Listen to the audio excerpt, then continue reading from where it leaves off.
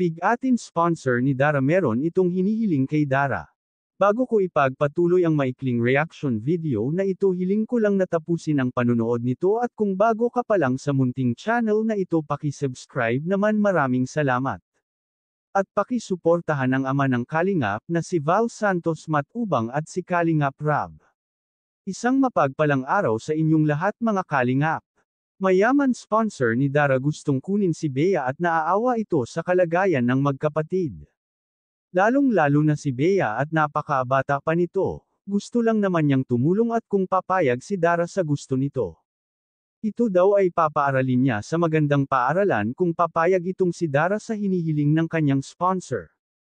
Pero syempre hindi pumayag si Dara ng gusto ng sponsor dahil si Bea na nga lang ang natitirang makasama niya sa buhay ay kukunin pa sa kanya. At ayaw din ni Bea na malayo sa kanya si Dara at ito na ang tinuturing niyang magulang. Kahit magkanda hirap si Dara sa pag-asikaso sa kanyang kapatid ay hindi niya ito ilalayo sa kanya.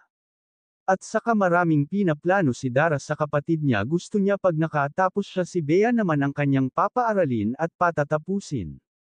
Hindi lubos maisip ng mga viewers kung paano napalaki ni Dara ang kanyang kapatid. Mabuti na lang at hindi ito sakitin si Bea dahil kung ito ay sakitin, kawawa talaga itong si Dara. Dahil nang hindi pa natutulungan si Dara ng Team Kalingap ay tanging ang tatay lang ni Dara ang nagpapadala sa kanila ng pera, pero hindi ito nakatulong sa pag-alaga kay Bea. Paminsan-minsan ay tumutulong naman ang kanyang lola sa pag-alaga kay Bea, pero mas madalas itong nasa bukid at bihira lang silang uwian nito, kaya malabo talaga na ibigay ni Dara ang kapatid niya sa mayamang sponsor na iyon. Iyon ay suggest lang naman kung si Dara ay papayag.